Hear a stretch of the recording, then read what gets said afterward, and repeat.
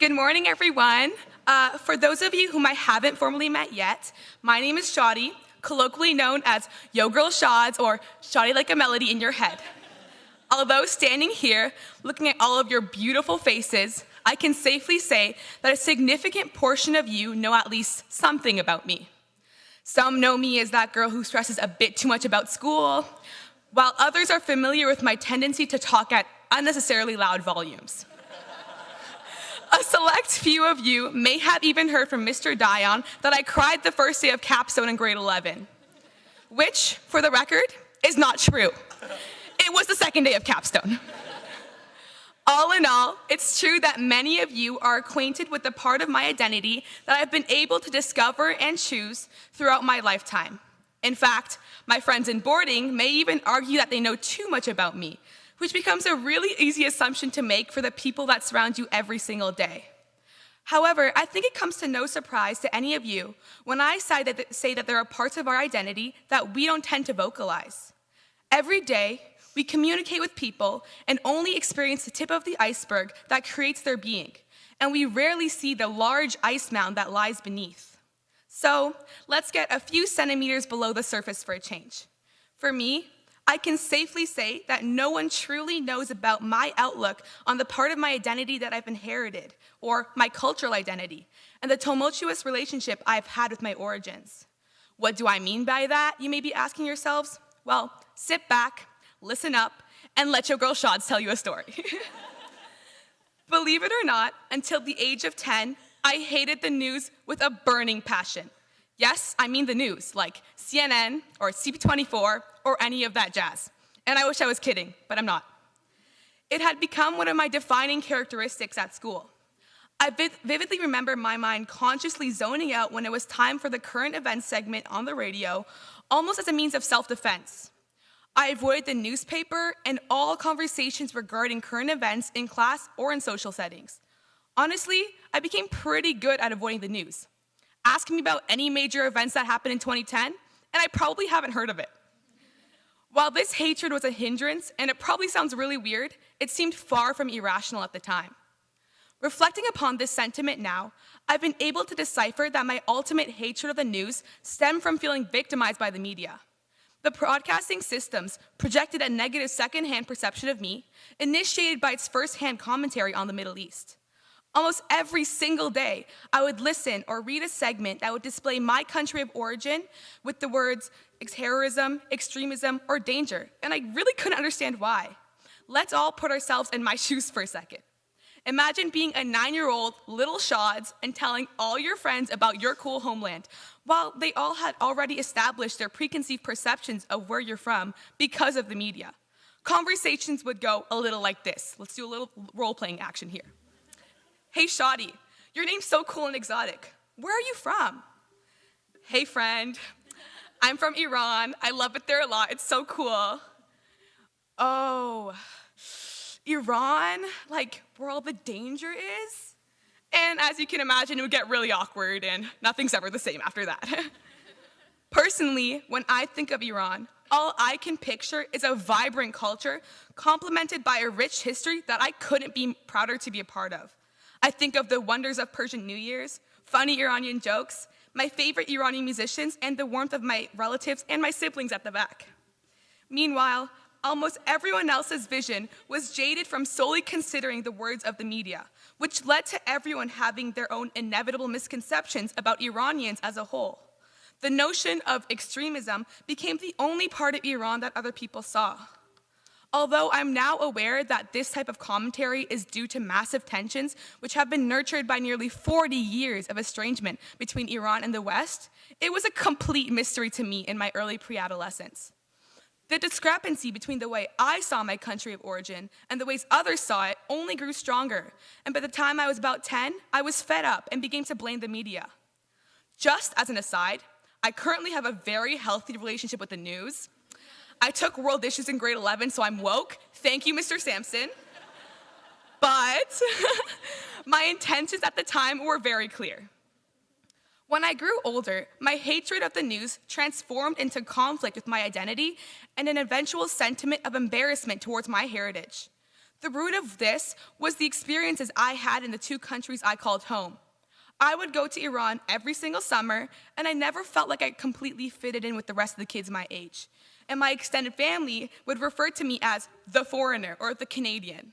Obviously, there was never the intention to make me feel like an outcast, but I found that the longer I stayed in Iran, the less Iranian I felt.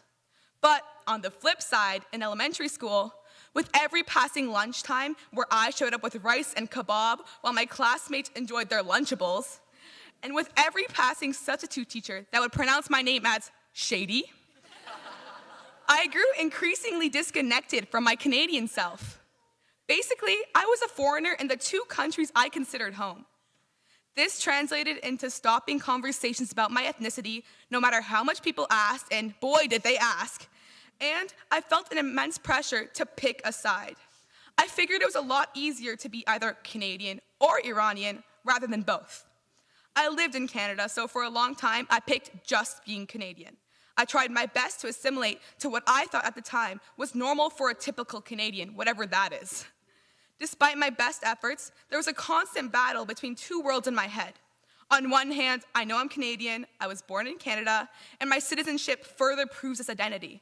From a glance at my passport, nothing separates me from your typical Canadian, other than my evidently foreign name, which happened to act as a friendly reminder that no matter how hard I tried to ignore it at times, I'm also very Iranian.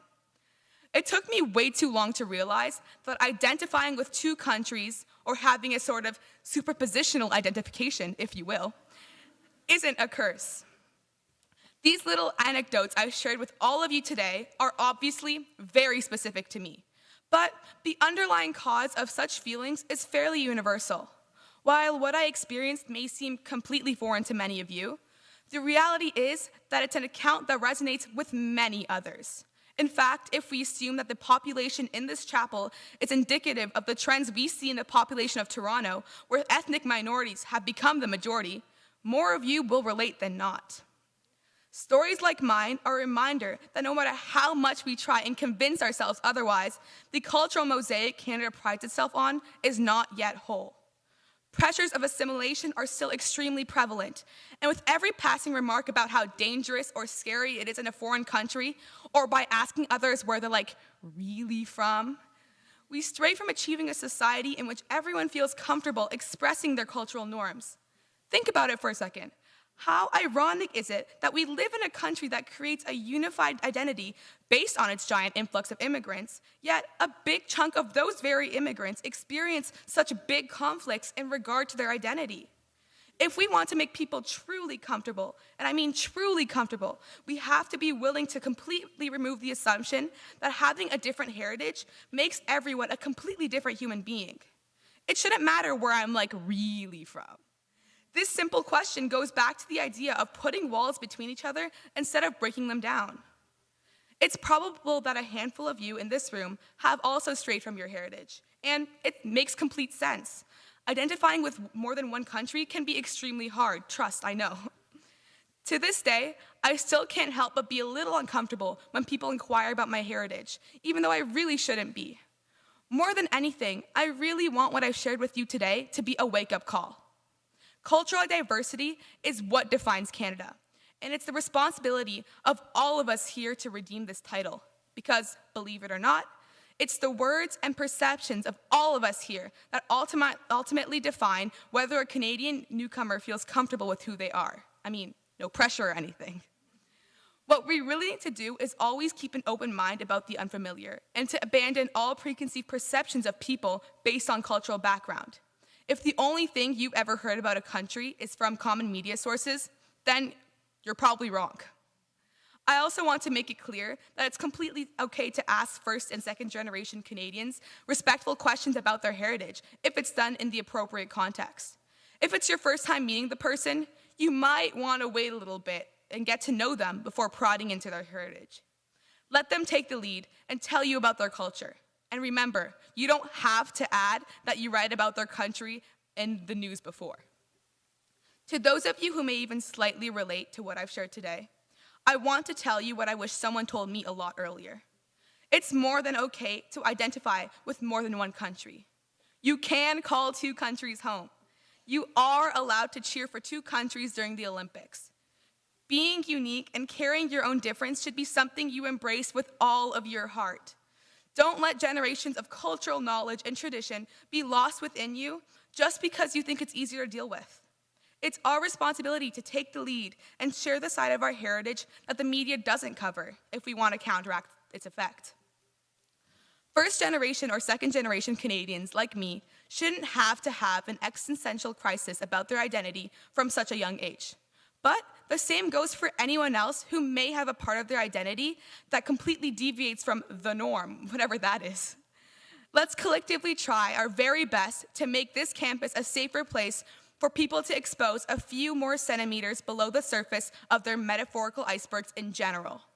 Part of the way we can do this is through talking about and normalizing the parts of our human self that we don't tend to talk about.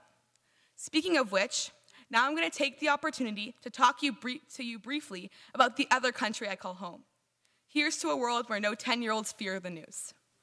I am from Iran, an ancient and mountainous country that is home to overly curious children, world-renowned Persian rugs, and delectable rice-based dishes.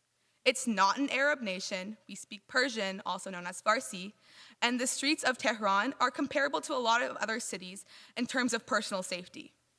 Every city in Iran has its own rich and fascinating history, and you can see its influence on the architecture of the surrounding buildings. And major cities like Tehran are technologically advanced as well. It's true that Iran is an Islamic republic, but those who strongly believe in the system, similar to Iranian misconceptions, are getting very old. My name is Shadi, and I am proudly and wholeheartedly both Iranian and Canadian. Thank you so much. Now would you please rise and sing hymn 575.